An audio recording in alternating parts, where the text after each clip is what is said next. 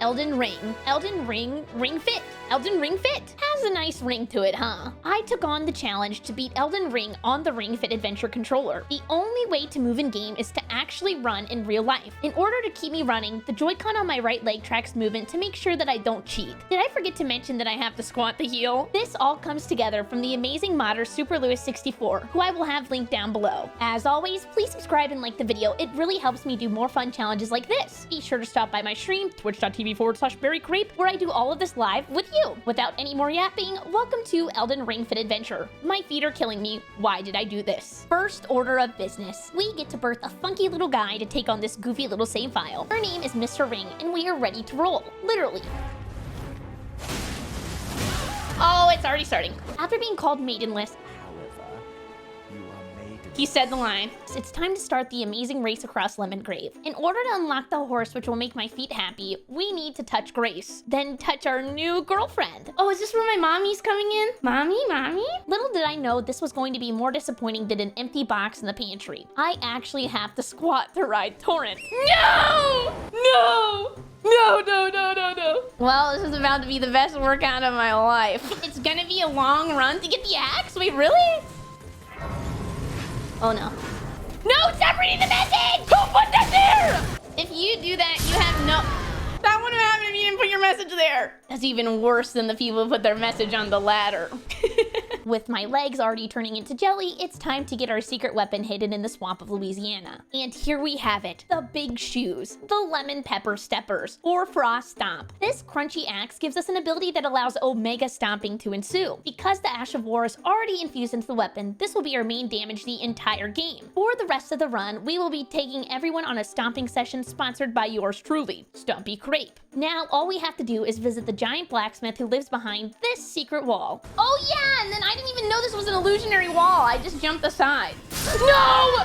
Not the Fruity Pebble! Our damage actually scales with weapon levels, so we are going to buy a bunch of cool rocks from this dude to pump into our axe. But unfortunately, I'm broke. To get our startup business running, we are going to exploit the game by playing it. We path straight towards this old fart of a dragon.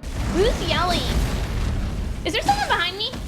Ah! Okay, wait, I didn't know. With 70,000 in his pocket, it's like taking candy from a baby. Very slowly. 15 minutes later, we are loaded and ready to pay our dealer. He's not only brains with his big book, but he's also brawn and upgrades our Crunchwrap to level 4. After being able to wield the weapon, we only need to level health and mind for the rest of the run. Remember how our damage only scales with weapon level? This saves us a lot of levels in traditional damage stats, and we stay juicy with our chunky health bar. With one celebratory stomp, it's time to face our first boss.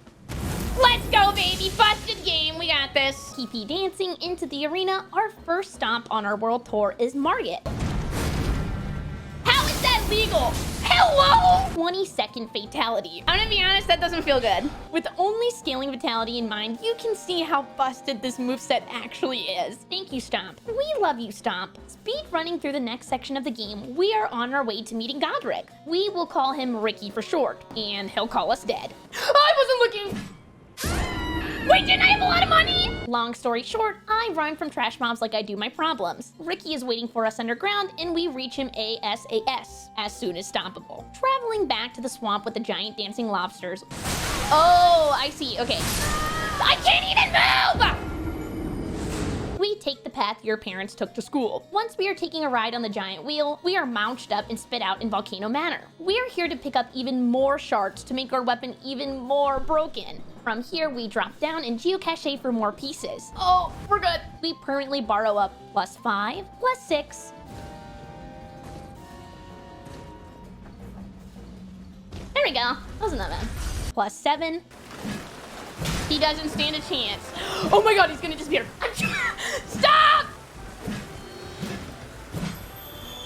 Okay. We're gonna have to drop back in. +8 and +9. Going to the Barnacle Boy, our weapon can now upgrade to +9 out of 10.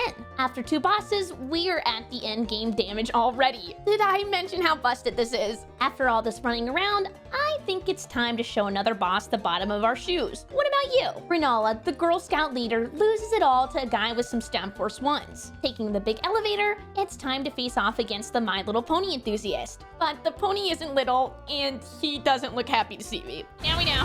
That's not bad. Curling up our toes, we go in one last time and show him who's boss. It's me. I'm the boss. Continuing on our boss crushing spree, we are on the road to Viridian City. Walking to Margot, I got it. This fight proves to be a little difficult due to the fact he is never really giving us an opening. Stomps have to be a bit sporadic in time to ensure we don't take too much damage. 2 tries in, we spam our way to victory. Onwards, we travel to Snowdin from that one underground game no one's ever played before. It's a beautiful day outside, birds are singing, flowers are blooming, and on days like these, kids like us should have to fight a 600-foot Attack on Titan abomination. Unfortunately, every hero eventually has their downfall, and this was mine.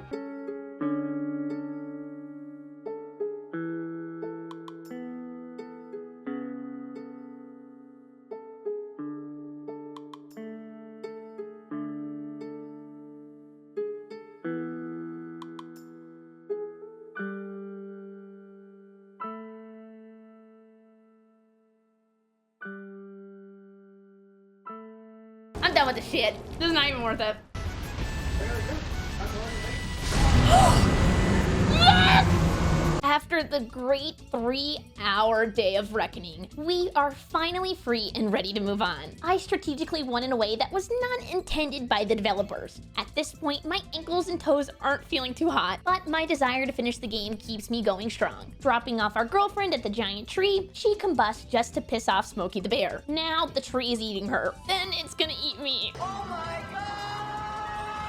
We take the Uber to our new area and start our maidenless life off the grid. Obviously, the only logical thing to come next is the foreskin duo. What we want to do here is simply hit them and not get hit. Sounds easy enough, right? We did it! That wasn't that bad! Wait, what?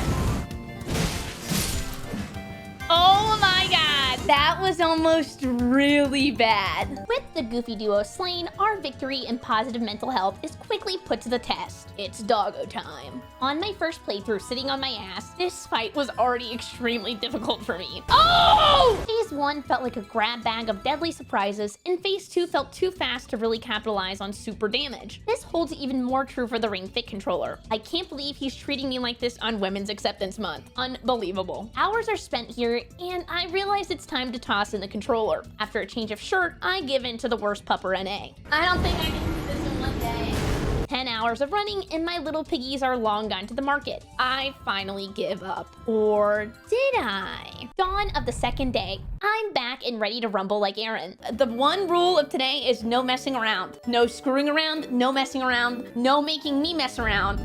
And please, stay seated. I know this is a very excited run. You just want to jump for joy. But you're just gonna have to calm down, okay?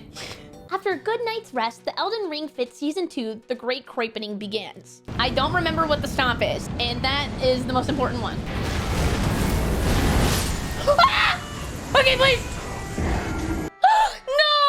Does that mean it didn't count? Just like that, Christmas, my birthday, New Year's, Halloween, they're all canceled. Because I killed him at the same time I died, we were not rewarded for the win. We have to go again, and again, and again. I swear I'm hitting it. I think it's broken. For 3 hours. Yes, 3 hours of my life. Yay! Let's go! The Elite Four is now all that stands in our way of being the world's first ultimate Elden Ring Fit gamer, and a granola bar. Gideon the Cornball is first to greet us at the first boss fight. Hoping to stomp him out, I quickly learned he was a dirty little spammer. Oh! Not again! That's the second time today! You're done! You're done! You're done! Elite Four member 2. This guy who's just lying around. The Chad himself. This fight is challenging due to the fact that he never really leaves you alone. Some moves are also better to jump, which proves quite difficult with my current button layout. My flask is also only at +3, which means I heal significantly less than I probably should. In order to help, I quickly go back to Volcano Manor and equip Knight's Resolve. This Ash of War makes our weapon do 300% extra damage. However, it is too many inputs to activate on the ring con. So you'll have to two-hand your left-hand weapon, then press the same button you used for stomp, then switch back to the normal. How do I two-hand the left?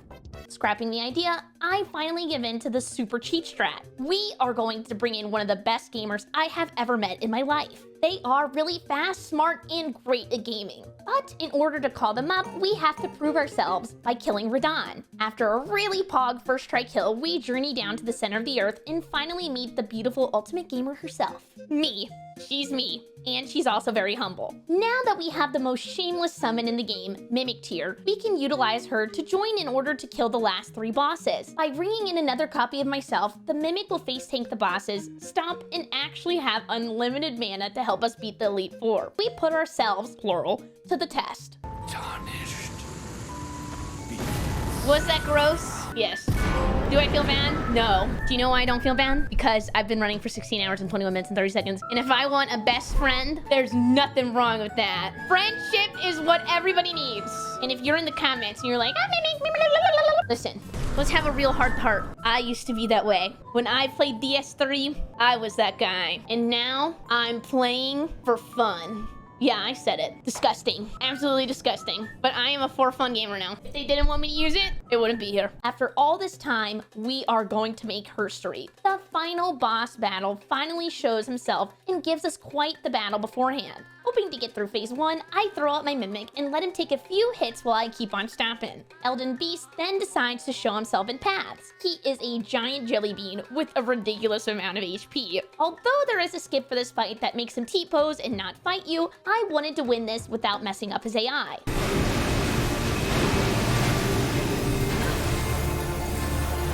This is too much shit! Yes! Ah, we did it! We did it! That only took us 17 minutes and 55 seconds. Woo!